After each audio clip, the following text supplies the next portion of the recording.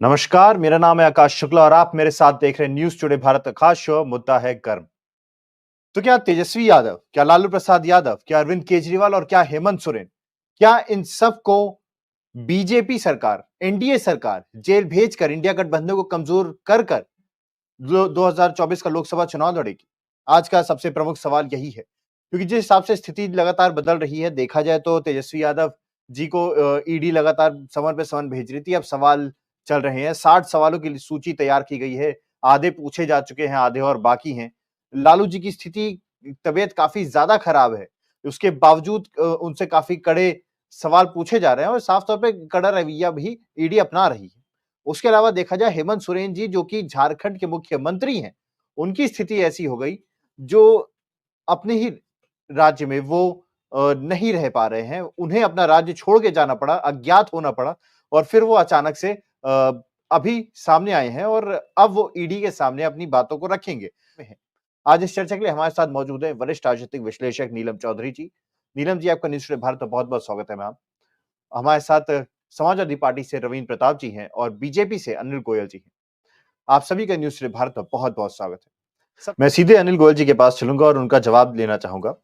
अनिल गोयल जी, साफ तौर पे बीजेपी पर ये आरोप लग रहे हैं कि इतनी ज़्यादा उसमें बौखलाहट है, चाहे इंडिया गठबंधन से हो, चाहे कांग्रेस की भारत जोड़ो न्याय यात्रा से हो, चाहे बिहार में जो मजबूत गठबंधन था, जो स्थिति तेजस्वी यादव बनाए हुए थे।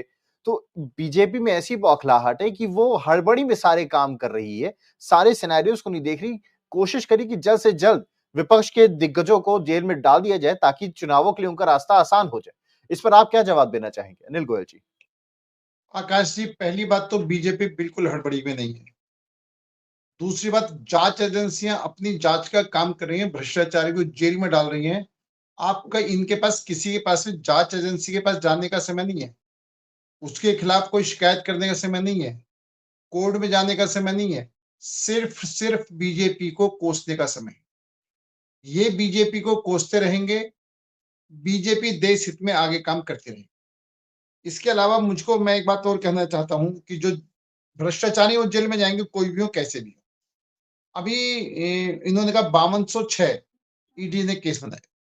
जरा ये भी बता दें 5206 में कितने राजनीतिक लोग इसमें केस बने हैं? कितने व्यापारी हैं या वो तुम्हारे अफसर हैं या इंडस्ट्रीज वाले हैं? यानी कि ईडी 5206 राजनीतिक वालों ने करा, यानी जो भी उसके रडार में भ्रष्टाचार माने गए हैं, उनकी जांच कर रहे हैं। जांच करके जो दोषी पाए जाएंगे उनके खिलाफ कार्रवाई। आप ईडी की जांच को आप भ्रष्टाचारी मान रहे हो, ईडी की जांच से भाग क्यों रहे हो? सोरेन जी गायब क्यों हुए? बड़ा गंभीर मामला है। एक देश का मुख्यमंत्री गायब हो रहा है तो गायब कौन, भागता कौन है? चोर। पुलिस से कौन डरता है? चोर। आप जब जांच एजेंसी से डर रहे हो तो इसमें कहीं ना कहीं खोट है। कोई खोट नहीं तो जांच एजेंसी को सामने क्यों नहीं करते? आप तो माननीय मुख्यमंत्री हो। दूसरी बात मैं आपको और मैं कहना चाहता हूं, अब ये कह रहे हैं बड़ा अच्छा रविंद्र जी ने उदाहरण दिया कि इंदिरा गांधी जी ने विपक्षी नेताओं को जेल में डाला तो उसका क्या हुआ, अब बीजेपी डाल रही तो उसका क्या हुआ। लेकिन मैं एक बात याद दिला देता हूं, राम भक्त पर गोली चलाने का परिणाम क्या हुआ वो समाजवादी पार्टी अच्छी तरीके से जानती है। राम मंदिर के प्राण प्रतिष्ठा का विरोध विपक्षी दलों ने जो करा है, वो आज विपक्षी दल वो देख रहे हैं कि भगवान का जो मतलब खौफ है या भगवान का जो दंड ये भुगत रहे हैं, जिसको इन्होंने अस्वीकार करा उसको ये मानने के लिए तैयार नहीं है। ये परिवारवाद का समर्थन करते हैं और परिवारवाद का विरोध है जो सामने सामने बिल्कुल स्पष्ट आ रहा है। नीतीश जो नीतीश इनके इंडिया इंडी गठबंधन के संयोजक के तौर पर पूरी तरह से इंडी गठबंधन को उन्होंने तैयार करा, पूरी मेहनत करी, लगाया। जब उनको ये दिखाई दिया कि यह सिर्फ परिवारवाद को बढ़ावा देने वाली बात है, चाहे वो समाजवादी पार्टी है, चाहे लालू जी की पार्टी है, चाहे कांग्रेस पार्टी है, तो जो भी परिवार को बढ़ा रही है उन पार्टियों में ही रहना है, जो कि निश्चित तौर पर नीतीश में 500 कमी हो सकते हैं, 500 खूबी हो सकती है। लेकिन ये बात तो उसने कही कि मैंने अपने परिवारवाद को आगे नहीं बढ़ाया। कर्पूरी ठाकुर के ने परिवारवाद को आगे नहीं बढ़ाया, जिनके उस पर चल रहे हैं। तो उन्होंने परिवारवाद के खिलाफ का समर्थन करा, उसका इनको खमियाजा उठाना पड़ा। दूसरा, जी। अब ये कह रहे हैं कि बीजेपी ने करा क्या है? धारा 370 बीजेपी ने हटाई, जो किसी की हिम्मत नहीं थी। उज्ज्वला योजना, प्रधानमंत्री आवास योजना, शौचालयों का निर्माण, 3 तलाक, सर्जिकल स्ट्राइक, एयर स्ट्राइक, रेहड़ी पटरी वालों को लोन, सड़कें जो जी चारों सर। तरफ विकास दिखाई दे रहा है, रेल का जो विकास दे रहा है, आर्थिक जी तरक्की सर, जो जवाब ले भारत लेते हैं हम। 5वें स्थान पर है। अब पूरी सुन लो जी। और विश्व के अंदर पूरा मान सम्मान, हम विश्व में बंधे भारतीयों को हम अब अपने बलबूते पर निकालते हैं और दूसरे देशों की भी मदद करते हैं। हमारा तिरंगा ही वहां पर सुरक्षा कवच बन करके लोगों को बाहर बाहर निकालता है। तो ये सब चीजें जो डेवलपमेंट हो रही हैं, वो इनकी आंखों में अखर रही है। दूसरी जी बात सर। क्या है, जब जेडीयू और बीजेपी मिलकर चुनाव लड़ते हैं और जेडीयू टूट करके लालू के पास चला जाता है, तो ठीक है। आज जेडीयू टूट कर बीजेपी में तो गलत है। जेडीयू इनको भ्रष्टाचार के आरोप लगाता तेजस्वी पर और भ्रष्टाचार की वजह से इनको छोड़ते हैं, तो गलत है। इनके साथ फिर इनको साथ जोड़कर सरकार बनाते जी हैं, सर, जवाब ले तो लेते हैं हम। ठीक है।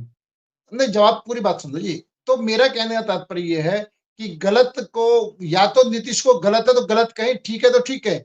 ये नहीं कि हमारे साथ आ गए तो ठीक हो गए और हमारे साथ चले गए तो गलत हो गए।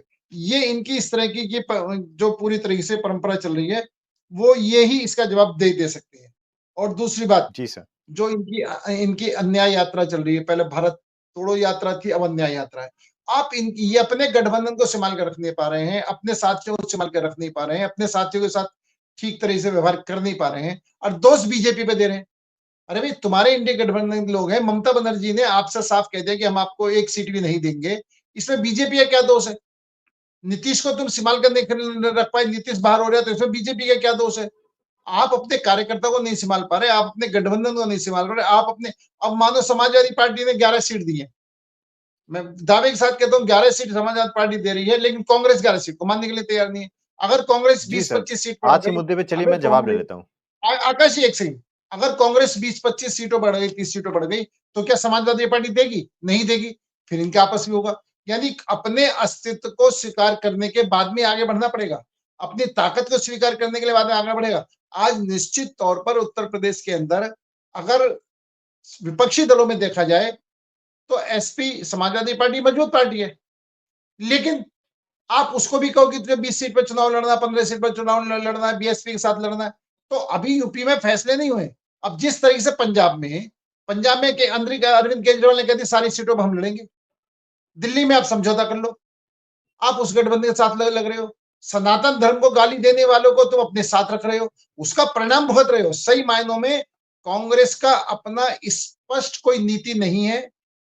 जी सर। उसकी नीति सिर्फ एकला चलो, राजनीति, ये जो क्षेत्रीय दल है उनको खत्म करो और खत्म करके आगे बढ़ो। तो जो क्षेत्रीय दलों की आंखें खुल गई हैं, वो अभी से सावधान हो गए हैं, उन्होंने अभी से अपने रंग दिखाने शुरू कर दिए हैं। और जो इन पर भरोसा कर रहे हैं, कुछ दिन बाद ये भरोसा जी। भी टूटेगा और बाकी गठबंधन के दल भी टूटेंगे। तब आप ये देखना कि ये जो इंडी गठबंधन है, कहीं की ईंट कहीं जी का सर, आप रोड, जवाब ले लेते हैं। भानुमति सारा बिखर जाए। जी, बहुत-बहुत धन्यवाद। मैं गोयल जी के पास चलूँगा और उनसे रिक्वेस्ट करूँगा सर अपनी बात कंप्लीट करिए, फिर मैं नीलम जी से अगला सवाल लेता हूँ। गोयल जी। नंबर एक तो सोरेन जी गायब हैं, ये नीलम जी ने कहा था। मैंने तो उसको कंफर्म करा था। ये कोई, मैं ये नहीं कह रहा कि हमारे जो लौट आए प्रोपगंडे थे। वाली बात करते हैं। एक मिनट, एक मिनट। दूसरी बात क्या है, इनको ममता जी ने इनसे गठबंधन तोड़ा, इनको लाभ। नीतीश जी ने गठबंधन तोड़, इनके साथ से अलग उठे, इनको लाभ। मिलन देवड़ा कांग्रेस छोड़कर गए, इनको लाभ। कांग्रेस से और बहुत से नेता छोड़कर गए हैं, इनको लाभ। तो मेरा ये कहना है कि और किन किन के छोड़ने से तुम्हें लाभ है बता दो, या उनको बाहर निकाल दो। तुम अपना लाभ करो, तुम नुकसान में क्यों बैठे हो? जो लोग तुम्हारे साथ रहना नहीं चाहते, आज नहीं कल छोड़ेंगे, परसों, आज तुम ही निकाल के बाहर फेंक दो। लेकिन यह होता क्या, इस्तेमाल के रख नहीं पाते हैं। जो बाहर निकल जाते हैं, हाँ जी इसके जाने से हमें लाभ है, हाँ इसके जाने से हमें लाभ है। अरे जब सबके इनके जाने से लाभ है, तो इनसे गठबंधन करने की क्या जरूरत है? इनके साथ गठबंधन कर समय बर्बाद करने की क्या जरूरत है? आप अकेले क्यों नहीं चलते हो? इसलिए ये सिर्फ क्या है कि खिस्सानी बिल्ली खा नोचे। अब वो चले तो गए, अब कहेंगे हाँ जाने से हमें बहुत बड़ा नुकसान है, तो इनके कार्यकर्ताओं का मनोबल टूटेगा। तो ये इनका प्रैक्टिकली, हाँ इनके भी जाने से लाभ है, इनके कोई फर्क नहीं पड़ा, कोई फर्क नहीं पड़ता, कोई फर्क नहीं पड़ता। अगर फर्क नहीं पड़ता जी, तो इंडी गठबंधन के संयोजक बनाने का प्रस्ताव नीतीश कुमार को इन्होंने ही तो दिया था। फर्क क्यों बना रहे थे नीतीश कुमार को इंडी का गठबंधन संयोजक? क्यों नीतीश कुमार के कहने से पटना के अंदर तुमने इतनी बड़ी बैठक करी थी? अगर आप ये बात कहते हैं कि इसके जाने का असर तुम्हें लाभ है, नुकसान नहीं, तो कोई नुकसान नहीं तो अलग बात है। इनके जाने से लाभ है, जी, जिसके जाने से लाभ है, यानी जिसको तुम्हारे साथ रहने से नुकसान है, उसके कहने से आप पटना में रैली कर रहे हो। उसको ही पूरे उसका संयोजक बनाने के लिए तैयार हो। और आज आप इस तरह की बात करते हो, जनता ये सब देख रही है कि इनका सिर्फ खिस्सानी बिल्ली खंबा नोचे, कुछ नहीं है, सब कुछ जा रहा है, सब कुछ जा रहा है, सब कुछ जा रहा है। तो भाई बेफायदा ठीक है। आप सीटों पर चुनाव तो लड़ सकते हो। जी सर। समाजवादी पार्टी चाहे तो पूरे लोकसभा, पूरे हिंदुस्तान सभी लोकसभा चुनाव लड़ सकती है। कांग्रेस सभी चुनाव लड़ सकती है। चुनाव लड़ना अलग बात है, चुनाव जीतना अलग बात है। दोनों में जी अंतर सर, है। अगले सवाल पे लड़ना आते हैं। और लड़ने के लिए जीतना या लड़ने के लिए लड़ना। लड़ने को तो इंडिपेंडेंटली पूरे उसमें लड़ते हैं। तो मेरा इसमें बड़ा स्पष्ट कहना है कि ये खुद अपने आप में कंफ्यूज है और रोज के रोज कमजोर हो रहे हैं। और उसके पीछे भी, कमजोर होने के पीछे भी बहुत बड़ा कारण है कि इनके पास ना तो कोई नीति है, ना कोई नियत है, ना कोई नेता है, ना ही कोई इनमें ऐसा व्यक्ति है जिस बात की ये सब बात मानने को तैयार है। अपनी अपनी ढपली, अपना अपना राग, ये सब जी सर। अपने आप के मस्त मौला है, सब अपने आप के मालिक हैं। और कोई किसी को मानने और सुनने के लिए तैयार नहीं है। सब अपने हित देख रहे हैं, अपने परिवार के हित देख रहे हैं। देश का किसी को चिंता नहीं है, राज्य की किसी को चिंता नहीं है। मैं, मेरा परिवार के अलावा आगे कोई बढ़ने को तैयार नहीं है, जिसका परिणाम इनको भुगतना पड़ेगा। जी सर, हम अगला और सवाल ले आकाश लेते हैं। जी, गोयल जी, अपनी बात कंप्लीट करिए सर। आकाश जी, एक तो मैं निकलना चाहूंगा, अभी टीवी दूसरी डिबेट में मुझे बैठना है। सिर्फ मैं जी, एक बात, दो बात कहकर अपनी बात को समाप्त करूंगा। जांच एजेंसियों ने मोदी जी को भी जांच के लिए बुलाया था जब मोदी जी सीएम गुजरात थे। अमित शाह जी को भी बुलाया था। हम बिल्कुल साधारण तौर पर वहां पर गए, एक एक बात का जवाब दिया और एक बात जवाब का हम वापिस, हमने कैसे प्रोपगंडे नहीं करे जो प्रोपगंडे चाहे केजरीवाल कर रहा है, चाहे लालू यादव कर रहे हैं, चाहे तेजस्वी यादव कर रहे हैं। ये प्रोपगंडे, भीड़ ले जाना, शोर मचाना, हो हल्ला मचाना, हम साइलेंट पूर्वक गए थे और एक एक बात का जवाब दिया था। और एक बात जवाब के जांच एजेंसियों ने अपनी कार्रवाई करी थी। एक बात में सिर्फ, दूसरी बात, ये 400 पार की बात कर रहे हैं कि हम हवा में उड़ेंगे। 400 पर हवा में नहीं उड़े हैं हम। 400 पार के लिए जमीनी स्तर पर पूरी तरीके से चुनाव की तैयारी करके चुनाव लड़ रहे हैं। जीतना हारना, वोट देना ना देना, वो जनता का काम है। लेकिन हमारी तैयारी 400 प्लस की है, जबरदस्त 400 प्लस की है।